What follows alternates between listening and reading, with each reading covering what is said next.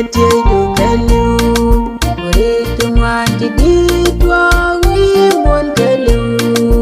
ramu ti kadier bajakan tiene ni rosi guasia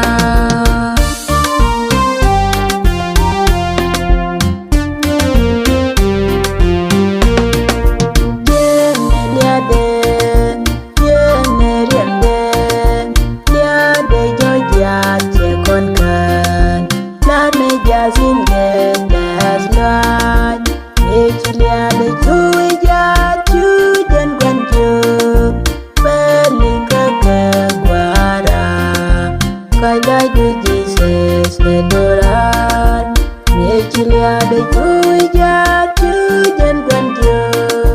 Belika kaguara Kaya Jesus adoran Jenelia de Jenelia de Lia de joja cekonkan La meja singen das loan Mechilia de tuja tujan guanjo Belika kaguara Kaya Jesus adoran Mechilia de tuja tujan guanjo Belika kaguara Kaya Jesus adoran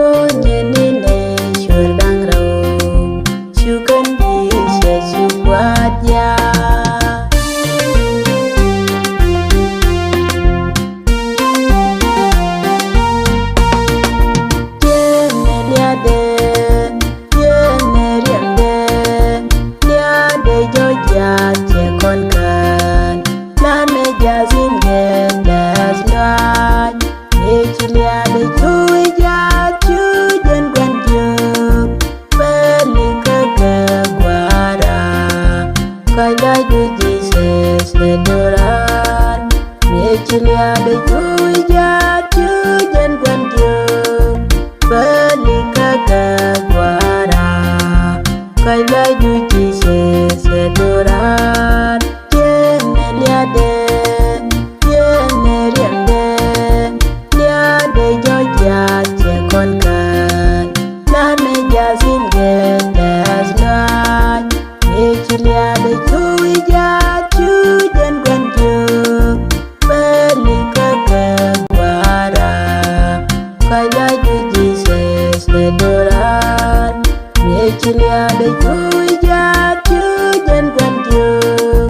Belika kaguara Kaya Jesus adoran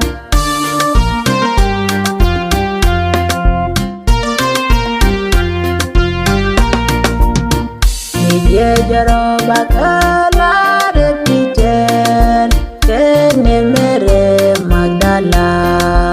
Yuyen ko kedial chushor Media jaro bakala repiten Kene mere Magdala Yuyen ko kedial chushor